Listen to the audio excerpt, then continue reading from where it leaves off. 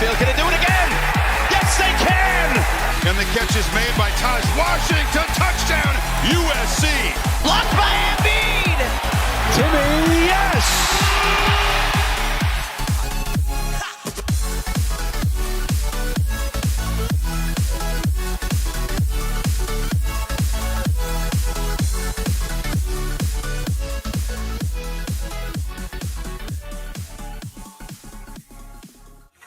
Hello, everyone, and welcome back to the Beef Up Front podcast here on Pick Swap Media. This show is Ryan Coyle for our weekly college basketball show, joined by internet sensation himself, Joey Jets. He's back. If you didn't see it all over TikTok, he's up to like 60,000 views over there. But last week he went 26-4 total on his picks. So our picks consist of straight up against the spread and the over/under. Joe went 26-4 there. And he went 10-0 straight up, so perfect on his straight up picks. I believe the final number on that was 87% for the weekend. So not a bad weekend on the books there, Joey. People are going to lose so much money listening to me. They're going to lose the amount of gambling accounts, the amount of people that have followed me out of the woodwork on Twitter this week. People follow my TikTok. The only reason why I have TikTok is so my girlfriend can send me TikToks and I can like all the stuff from Pick Swap Media. That's it. And I have all these people following me, and I'm seeing in the comments people are like, "Oh, if he picks Louisville, Duke, and TCU, Kansas, right, I'll start paying for his picks." Like every week, I'm normally around like 16-14 or like 19-11. I had one good week, and now all the degenerate gamblers are coming out of the woodwork trying to follow me, asking me for all these picks. I mean, you can follow my picks, but probably won't hit. Well, there's a lot of pressure on you this week to perform. So, overall, though, Joe, obviously you had a great week. I had a pretty solid week. I've been around this number for most of the year. 19-11, I went 7-3 straight up. So you combine our things, we were 45-15 combined, 17-3 straight up. So we hit on 75% of our picks last weekend. Yeah, we know what we're talking about. People, if you're not listening to Beef, you're crazy. Like, I know, obviously, like I just went on a rant about don't listen to just me, but the both of us combined know what we're talking about. We're not a bunch of assholes. Like, we know our stuff. All right. Well, that's a good sell there for the show. Make sure you're tuning in. We're looking to give out another good slate of winners this week. We'll get into some bracketology first with our weekly blind resume game where I read off two different resumes and Joe picks which team he would put in the tournament. This might be the tightest one yet. There's a little bit of disparity, but they're pretty even keel resumes. Team 1 is 20-7 overall, 32 in the net, 3-5 in quad 1, 5-2 in quad 2, and 12-0 combined in quad 3 and quad 4. Team 2 is 21-7, 31 in the net, 0-4 in quad 1, 6-1 in quad 2, and 15-2 combined in quad 3 and quad 4. So before you put which team in the tournament, Joe, do you have a guess on either of them? One of the two teams, Auburn. No. Here's a hint, though. Both of these teams are in the same conference. Okay. Net 31-32. Are they Big 12 teams, Beef? Mm-hmm. No, SEC. Mid-majors. Mid-majors. Oh, is one of them Charleston? Mm-mm. Charleston's only got 3 losses. I'm not gonna lie. I was paying attention to the quad 3-4 because I know they lost to Drexel and Hofstra. Mm-hmm. Who are these teams, Beef? It is Team 1 is Nevada and Team 2 is Utah State. I think in real life, I think they should both be in, but I think Nevada does. Well, I know I'm kind of ruining the game by finding out both teams, but Nevada is Team A. I would have said Team A deserves to be in more, and just I think that if it comes down to it, Nevada deserves to be in more than Utah State, even without the blind resumes. Utah State being that high in the net, they should be less on the bubble than they are, but that's just once again, and I think even Lenardi knows it. If that was North Carolina's resume, North Carolina would be a top 5 seed right now. It's crazy. But if Utah State had North Carolina's resume, no one would talk about them. Yeah, Lenardi has Nevada in the last 4 in with this with his latest bracket. That was from Tuesday. We're recording on Thursday night. And Team 2 being Utah State, he had them in the first 4 out. I think just the biggest discrepancy is Utah State 0-4 in quad 1, and they have 2 combined losses in quad 3 and quad 4. while Nevada avoids that, and they also have 3 quad 1 wins. Yeah, and the fact that Nevada, like you just said, they've taken care of business in quad 3 and 4. That's what a top 30 team, according to the net, is supposed to do. The fact that they're on the bubble, like I hope Lenardi is off with this and they get a bit more of a safer bid than like a first 4 game, or if they don't. Like I hope they don't have to play in the first 4. I hope they get a pretty decent seed because they're a pretty good team. Like the Mountain West, I think the problem is with the Mountain West is that last year in the tournament they went 0-4. Yeah, they were not like great. Well, all 4 of their teams lost in the first round, and Colorado State famously blew that big lead to Michigan. And then Michigan ended up going to the Sweet 16. I mean, something goes differently. And big body David Roddy and the Chicago State Rams, the Colorado State Rams are in the Sweet 16. All right, well, bracketology done. We'll get into what the people are here for now, Joe. Your picks only. You ready to go 10-0 again? If I go 10, I can't say that on a podcast. If I go 10-0 again, I will let you do anything you want to me, B. If you want to punch me in the face, that could be interpreted. No, you can slap me live on the pod. All right, I guess I'll have to take you up on that. We'll have to find a central meeting spot to do that. But all right. College basketball talk now. The games. Joe going 10-0 again. We start on Saturday. Number 8, Texas at number 9, Baylor. Potentially the game of the weekend here. 2 o'clock tip on ESPN. Haslam Metrics is projecting Baylor 76-73. So we'll go Baylor minus 2.5, over under 148.5. What are your picks here, Joe? I'm very excited for this game, Beef. I think this game will be the game of the weekend. Huge game in the Big 12. Seeding in the Big 12 tournament. Seeding for the NCAA tournament. Baylor coming off a little 2-game skid with their little Kansas stint in their schedule. But that's just the Big 12 for you. Every game is going to be a war. I think Baylor wins 82-77. So I'll go Baylor minus the 2.5. I'll go over 148.5. Now, for people on TikTok that I saw, we do these spreads and stuff a couple days in advance, so they might not be exact come game day. So some guy was complaining that I didn't hit. I had UConn covering whatever hypothetical spread, but it was like, this guy, they're lying to you. UConn didn't cover 11.5. Like, yeah, I know, because we did it on the show. But I'll take Baylor covering this 2.5-point spread over 148.5. I just think the home court is really the difference here. I think both of these teams are Final Four. And I just think the home court's going to come down to it. Like I always say, you have the big brother in your state going on the road like Texas is to Baylor, even though Baylor has won a national title in basketball way more recently than Texas. I don't even know if Texas has won a national title in recent memory. Not in our lifetime. Yeah, there's definitely not in our lifetime. But it's still the University of Texas going to Baylor, so it will be a huge crowd, big game. Probably, I believe game day is going here, Beef, for college basketball. I would assume so. Yeah, I don't know off the top of my head, but definitely taking Baylor over Texas. I'm riding with Baylor too, Joe. I'll take him 78-71. So Baylor minus 2.5, over 148.5. Even coming off back-to-back losses, those are 2 tough losses that Baylor had where they dominated that first half against Kansas, and then Kansas just did what Kansas does at home. And then they lost to Kansas State the other night.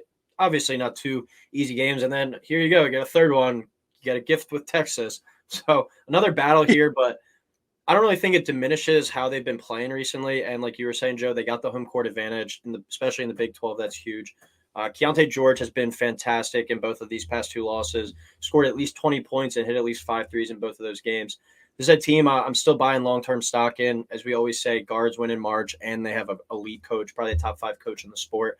And Keontae George is becoming like the guy. He kind of, I think, took a back seat to some of the other guards earlier in the season, or more of like a sidekick. He's really been taken over recently, especially these past 2 games. I know they've lost, but it's not indicative of his performance. He's been balling out. Just winning on the road in these Big 12 games is super hard. But come March, both of these teams are going to be prepared. They've seen it all. That's going to be the thing. I think the biggest storyline. How does the Big 12 fare in March after being so good and so dominant all year? But I think they'll all be prepared. It's just, I think, whether or not they're worn down by then or not. But I'm going to go Baylor here to win at home, to cover the minus 2.5 and over 148.5. Second game of the weekend, we go out west with Arizona State traveling to number 7 Arizona. 2 o'clock tip on CBS. Arizona projected to win this one on Haslam Metrics 80-68. So we'll go Arizona minus 11.5, over under 147.5. I'm going to go Arizona 83, Arizona State 71. Just plain and simple. Arizona State, they're dead. I think they're done. I don't think they're going to make the NCAA tournament. The metrics don't like them. If they don't win this game, they'll be sitting at 19-10. And I think you want to talk about like a coach that constantly like gets off the hook for not making the tournament. It's Bobby Hurley. Like Coyle, you and I used to make the joke freshman, sophomore year. It was like tradition that they'd be in the first four. Now they have potential to do that again if they pull off the upset here. Don't get me wrong. But I feel like Arizona State normally they should have the talent to at least be a team that makes the field without making that last four in. They always start out hot too. It's just the end of the season, like they're fall apart. I think it could be one of those things too, Joe, wherever you may be right now. I think it's just one of those things where Bobby Hurley might just have to leave. Kind of similar to what Texas did with Shaka. Like they get the talent, they win games kind of early, and then they falter down the stretch. Texas had a little bit more success and higher seeds in the tournament, but there's just something wrong there where it might just be time for a change, whether that's mutual or they just fire him. But I agree with you. It's one of those things where if they have the talent, they just seem to always kind of just fall apart and not produce when it matters most. Yeah, and I don't mean to say that Bobby Hurley is a bad coach by any stretch, because it still takes talent to get them to have these winning records in the Pac-12. But there comes a time, almost kind of like a Penny Hardaway at Memphis, where if you don't get over that hump of the first four and such, like you need to eventually have a season where you're a solid contender for the conference and you don't fall off. Like, they seem to, like we said, every year. They were, I believe, 11-1, Coyle, to start off the year. I think so. 11-1, and I mean, now you're sitting here. It's tough. They were a top 25 team, and like people thought were going to be a legit contender in the Pac-12. Now here they are, needing to win this game to stay alive for the tournament for an at-large bid.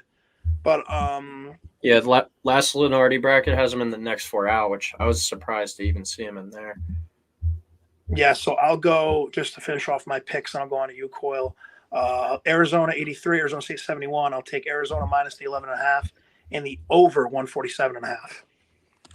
I'll go with Arizona at home here, 75-70. So Arizona State plus 11.5. Excuse me, under 147.5. We already kind of touched on it, but it feels like Groundhog Day with Arizona State with their hot starts, and now here they are 19-9 entering this game. Some of their metrics, like I was saying, I'm surprised that they're kind of in that tournament conversation. I thought they might be a little further off the bubble, but 70th in the net, 65th in KenPom, 7-8 in quad 1 and quad 2 combined, and they do have a quad 4 loss as well. So not exactly the most enticing resume there. But if they do find a way to win this one and get hot down the stretch, who knows what could happen down the stretch, being, last few games and then into the Pac-12 tournament. I just don't see it happen in this one, though. Arizona, very good at home, only has lost once in 2 years under Tommy Lloyd at the McHale Center. And when Arizona's good, they're real good, like Final Four national title good.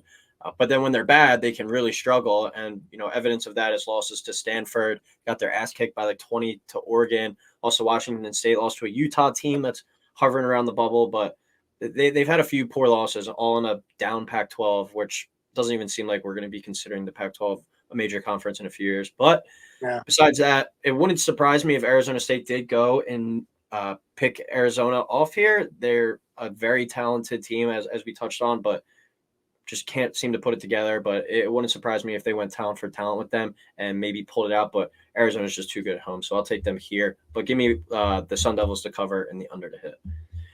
All right, we go to the SEC now. Arkansas, who might be one of the more underrated teams come March now that Nick Smith's back, at number 2, Alabama, who survived a scare last night from South Carolina. This is a 2 o'clock tip on ESPN2. Alabama 80, Arkansas 69 is the Haslam projection. So we'll go Bama minus 10.5, over under 148.5. Coyle, really quickly touching on what you said about the Pac-12 kind of falling off. I could do a whole podcast on like realignment talk, but I think we're more likely looking at a scenario where the Pac-12 doesn't exist in like 5 to 10 years, which is crazy to talk about. But that's topic for another day. I just wanted to get that out there. Back to the SEC, I'm going to go Bama 81, Arkansas 68. Bama at home, I just love them offensively compared to Arkansas. I feel like Arkansas is very similar to Auburn of last year, but just minus all of Auburn's good wins, if that makes sense. Like their style is pretty similar, in my opinion. Like I'm not going to take Arkansas in a shootout. And that's what Alabama do.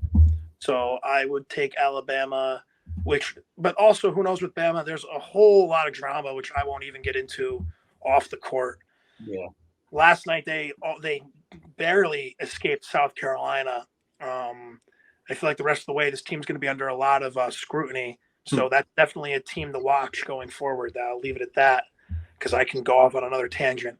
But I'll take Bama covering the hypothetical 10.5, which I feel like because of this off-court drama will be a lot slimmer come Saturday.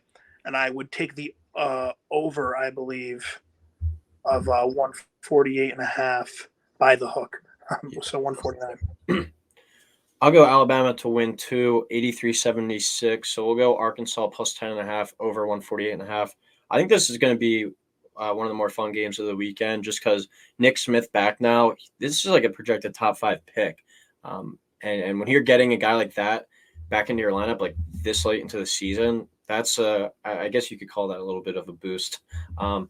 I think he's going to kind of go score for score potentially with Brandon Miller, and it could turn into one of those things down the stretch where it's just these two trading buckets.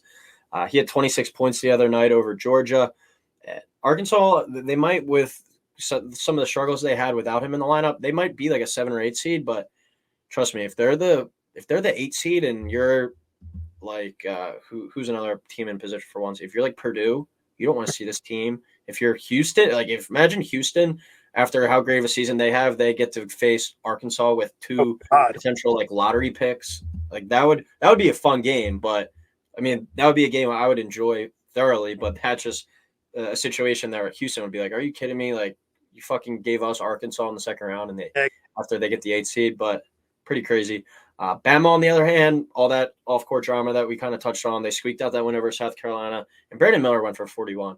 I know he's got this other situation going on, but he's been my favorite college player this entire season and favorite like NBA prospect, and he just showed his ability to take over a game. So I'm excited to see these 2 potential top 5 picks go at it. I still think it is a big distraction though with what's going on. I think it's kind of better that this one's at home. They might have some more support on their side than what they did last night at South Carolina. And 10.5 is a big number for an Arkansas team that's surging a bit. So I'm going to go Alabama to win outright, but I'll take Arkansas to cover and the over to hit in this one. I think this one gets up and down. All right, staying in the SEC, 2 unranked teams, but 2 big brands and a very big game. I think both of these teams will be in the tournament, but one I think is going the opposite direction and one's starting to trend a little bit, and that's Auburn going to Kentucky. Weird not having a number next to either of these teams with how they've been, within the past 5 years. 4:00 tip on CBS. Auburn projected to win this one on Haslam, 70-69. I'll be shocked if they're a favorite in this one when it opens, but we'll just set it at Auburn minus 1.5 over under 138.5. Yeah, if that's a Coyle, I'm with you. I would take Kentucky 1.5 for sure. Kentucky 73, Auburn 70 is my projection. Pretty simple. It's Rupp Arena. And as much as we love to talk about Kentucky's slide and how they were a bubble team, and I know it's easy to say this, if they don't have a home loss to South Carolina on their resume, I don't think we ever talk about Kentucky and being worried about them in all honesty. They own a season sweep over Tennessee. They've kind of righted the ship, but like I said, they were one bad game away from not even being talked about in that manner. Kentucky wins this game. I could see them by the end of the season sneaking back into the top 25. I really do. I think the committee is going to give Kentucky a pretty favorable seat as well. I think Kentucky could potentially get like a 7, maybe even a 6, depending on how the rest of their season goes in the SEC. Because Kentucky will, at the end of the day, still be big bad Kentucky. And if they make noise in the SEC tournament, don't be surprised to see them shooting up pretty high. And like all the analytics and shit, all the voters, even like in the polls. I know the poll doesn't have an impact on the committee, but they all like are so, I'll just say, horny for Tennessee. Like they love them so much. Oh yeah.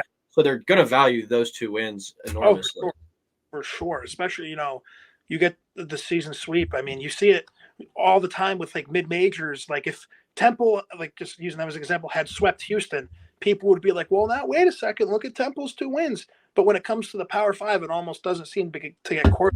But Tennessee is one of the better teams in the SEC. You have a season sweep of a top 25 team. They absolutely should get credit for that. I think Kentucky got a pretty good seed, and you'll have all the casuals that don't really watch a lot of college basketball being like, "Oh, well, what happened to Kentucky? They got a 6 seed this year." But in reality, the fact that they got a seed like that is really impressive, and it just shows I hate to sound like I'm dick riding Kentucky right now, but the resilience of this Kentucky team for this season. And Big Blue definitely is not dead yet.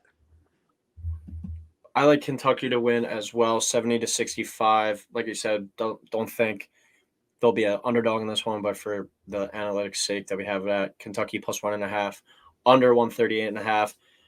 Have it written here. Don't look now, but the Cats might be getting high, and that's one of the things Calipari always talks about all year, and it always sounds like for every single year, it always sounds like it's a big excuse or just a big, reason where if they're not winning at the time, we can just say, oh, it's because they're young. But here you are, another young team, and maybe they're starting to hit their stride now. The emergence of Chris Livingston, one of their top freshmen over this recent stretch, has been really big for them. They've won 3 in a row, 2 of those on the road, and another one coming over that overhyped Tennessee team that we're talking about. But they're playing some pretty good basketball and might have found themselves again. Before I go on any further, Joe, give yourself a pat on the back with me. A pat on the back for us really leading the charge, I think, on Tennessee being a fraud. We've been saying that all season. Auburn not being good. Yeah, true. Tennessee Auburn basketball. not being good. They've were a top 10 team, I think, at one point, if at worst top 15, and we kind of bashed on them all year. They've really taken a nosedive. And then LSU, we led the forefront with that one as well. They were 12-1 at one point, and we said that they're not a good team. They proceeded to lose 12 in a row. Finally won last night against Vandy, but 3 SEC teams I think we've kind of hit the nail on the head with. But besides that, I'll go Kentucky here. Can't take shitty-ass Auburn. Kentucky wins. Kentucky underdog on hypothetically here covers, and the under going to hit. ACC now, another 2 teams that could be fraudulent. I think you could just say maybe every team is fraudulent. Yeah. Just not that good. You got number 6 Virginia at UNC, 6 o'clock tip on ESPN. North Carolina comes into this one projected as a favorite, 65-64 winning. So we'll go UNC minus 1.5 over under 128.5. While we're on the topics of pretty quick, Providence, one of the most fraudulent top 25 teams I've ever witnessed. I mean, if they played more games from the dunk, they wouldn't even be talked about. UConn played them last night and smoked them, but I was happy that they had a number next to them because that'll help, come Selection Sunday. But watching Providence last night, they do not strike me as a top 25 team. There's a reason why Lenardi has them as a 7 seed coming into March. Sorry about my little. I had to bring UConn into the show any way I could. But for this game, I'm going UNC 68, Virginia 64. I just don't see a world where UNC doesn't make the tournament. Even if they lose this game and they're 18-13, I still think the committee is going to put them in as the last team in. But they just need an excuse. I don't think they're good enough. Let me just say that right now. I do not think – I think this team – what's the saying? When someone tells you who they are, listen. There's a reason why UNC was an 8 seed last year. They just had a magical March run, which is what we love about the tournament. But if they don't have that run, we're not talking about UNC right now. It's just factual. And that's thanks Captain Obvious, but it's true. That being said, though, I think the Tar Heels going to win this game. Virginia coming off an ugly, eye-opening loss. We texted about it briefly last night to Boston College. Boston College is terrible. And Boston College, that was their 3rd win over a top 25 team this year, which is, by the way, crazy within itself. But UVA, they like to play those slow-paced games, but if they get, out of their comfort zone, especially on the road, and if you thought the crowd at Boston College was nuts, wait till Chapel Hill on Saturday night when their team is fighting for a tournament bid. That place is going to be a zoo. So give me the Tar Heels here in a close one. I'm going to take the over, even though I really don't like it. If the over is set at a little bit higher, hopefully I might take the under, but I'm going to go over 128.5 for the sake of our picks, and I'll take UNC minus the 1.5. I'm going to go with Virginia to go on the road here and win 65-58. So plus 1.5 there for Virginia, under 128.5. This is probably the toughest pick of the weekend for me. I really don't know what the heck to think with this one. You kind of touched on it, but how can I confidently pick Virginia after losing to Boston College and then UNC narrowly beat a Notre Dame team that is awful? And UNC had, I believe it was 19 points at halftime. And just kind of a little aside here, it's a shame that, Tennessee and Virginia, who are so elite defensively, play offense like they're like a high school JV team and don't know how to put the ball in the cup. Neither team has much firepower, but then you look at Houston, they play awesome defense, and they have a few guys that can put the ball in the cup, which is why I think they're better suited for March. Defense travels, though, and I'm just done believing in this UNC team. I feel like every time they've been on the show this year, I've picked them, so this will be the game where I'm going against them, and they'll find a way to win. But I've given them, I think, the benefit of the doubt all year, talking about that March run they had last season, but I'm out on them. They seem to just have no chemistry on offense, only 19 points in the first half against Notre Dame last night. I think that's going to be highlighted in full force this weekend against this elite Virginia defense. I think this game is really, really ugly. Might be even one that you just turn off on the TV and just check the scores on your phone. But I'll take Virginia to go on the road here and get a win. So with me saying that, hammered UNC, because every time I pick them, I wind up picking the wrong thing. So I think UNC might be a lock this weekend. All right. This will probably rival the Texas-Baylor game, I think, for potential game of the weekend. These two neck and neck. Maybe even the one after this as well that we'll be talking about. That's number 17, Indiana, at number 5, Purdue. 7:30 tip on Fox. Purdue 73-65 is a projection, so we'll go Purdue minus 7.5, over under 137.5. Yeah, great rivalries. This is one of the best weekends of college basketball in terms of like the headliners in a while. I'm going to go Purdue here, 77-72. I just don't think Indiana can get the season sweep of Purdue. If they do, then Purdue has no right getting a 1 seed. Not that Indiana is like a bad team, don't get me wrong, but I think Purdue's going to win this game. Zach Edey going to have another monster game just because he's just so big. Like it's like comical watching him. I feel like we've said this before, but he's nuts. And Trace Jackson Davis, if Zach Edey doesn't exist, I think is the runaway player of the year. Both these teams are going to be fun to watch in March. Both teams will inevitably collapse because it's the Big Ten. And the Big Ten hasn't won a national title since 2000, which I love bringing up. That being said, though, Purdue is going to get revenge at home. West Lafayette's going to be a zoo. Matt Painter is going to be all sweaty and getting amped up. There's going to be another 7-footer in the crowd who's like a senior in high school on there next year. Give me the Boilermakers. I can't wait. I know I'm going to pick them to go far in March, and they're going to lose in like the round of 32. This team's is going to remind me so much of Illinois during the COVID year. Shout out City when he made fun of me because they lost in the round of 32 Loyola Chicago. But give me Purdue here. I'll take the over. I will take Indiana cover if the spread is 7.5. I'll take Purdue to win here at home, 74-70. So Indiana plus 7.5, under 137.5. I think Purdue's just going to simply get their revenge in this one at home in a rivalry game. But this is a Purdue team. I won't say they're spiraling in the wrong direction, but they certainly aren't peaking. Looking at their schedule earlier, Joe, the last time Purdue beat a ranked team was all the way back on January 5th when they beat Ohio State, who Ohio State is 11-17 now after losing to Penn State tonight. They really haven't beaten anyone. I mean, they have a few wins in there thrown in with like Michigan and Michigan State, but last win against a ranked opponent was January 5th. That's almost 2 whole months ago now. Sean Hoy might have been leading the Purdue as a fraud train. Yep. We give out all the correct information here. But I do think that they've been one of those teams that have taken advantage of some of the inferior teams in the conference, especially in an average Big Ten this year. In the first matchup, though, with these two teams, Edey had 33-18, and Trace Jackson Davis had 25-7. So if those numbers replicate themselves at the home team site, I think that's going to just give Purdue a bit of the edge in this one round. But I think it's going to be closer than the 7.5 indicates. All right, West Coast Conference now. West Coast Conference, the biggest game of the year is always the St. Mary's Gonzaga. We had a really good one the first time around. This time you get number 15 St. Mary's at number 12 Gonzaga. 10 o'clock tip on ESPN.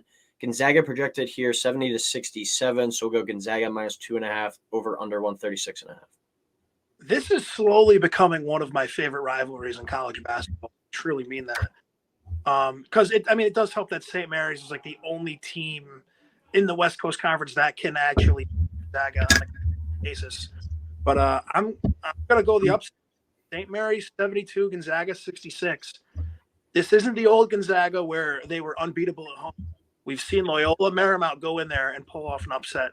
We've seen Santa Clara almost pull off upsets. I believe it was either San Francisco or BYU. I think it was BYU. Like, Gonzaga at home has not been as dominant as they normally are. So I'm going to go the Gales here, pulling off the upset. I think St. Mary's is truly, if you put these teams on a neutral court, the better team. I think St. Mary's is the best team in the West Coast Conference this year. They're a team that I would not want to play in March. They're definitely going to be a sleeper team that I might even pick, depending on how the bracket breaks, to make it to like the Elite Eight, maybe even Final Four, if we want to get crazy. I really like the St. Mary Gales team. That'd be like the Bleacher Report, and then the head emojis with but I'll go St. Mary's here to pull off the upset, 72-66. So I take them +2.5, and I have a lot of overs this week. I'm realizing I would take the over as well. I'm gonna go Gonzaga here, 71-64. Gonzaga -2.5, under 136.5. But I think we'll have to wait, actually, if you are gonna put money on this one, see what Steak Knife Bets picks for this one, because this was their play of the year. That St. Mary's game was their play of the year, and they cashed on that one when they played Gonzaga. Somehow they did. They were getting smoked early on, but I Gonzaga here at home to get their revenge, kind of like I was saying with Purdue. This game was one of the better games of the season the first time around, so I think let's hope for an even better rematch. I don't see Gonzaga getting swept by St. Mary's. The last time that happened back in 2016.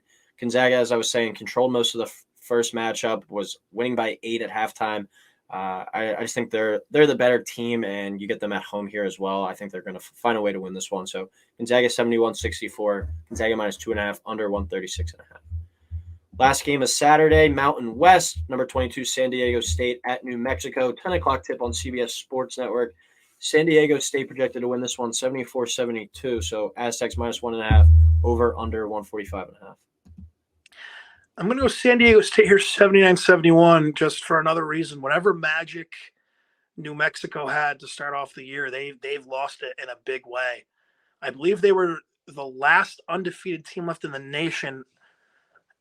I could be wrong. I think they were 14th not 14th in the country. That being said, though, the Pit is still an awesome atmosphere, and the fact that New Mexico is relevant again, or at least, in that conversation, is awesome. I think we've had this conversation before, Beef, on the podcast, when New Mexico got like a 4 seed in 2013 or something like that. Like, New Mexico, Harvard.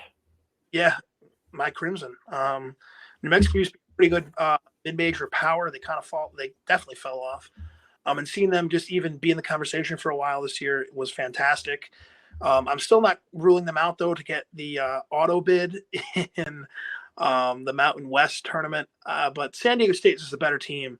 San Diego State is one of those teams pretty soon, I feel like, is going to get the call up to either whatever's left of the Pac-12, or if the Big 12 comes calling, I feel like San Diego State is that next mid-major to take that step up. With, their basketball program has been awesome. They've had good football. Shout out the Aztecs, also one of the coolest mascots and logos and names in sports. So give me San Diego State here, 79-71. I'll take them minus the 1.5 and another over. That's gonna kill me this week. My over on. Give me the Lobos here, 74-70. New Mexico +1.5, under 145.5.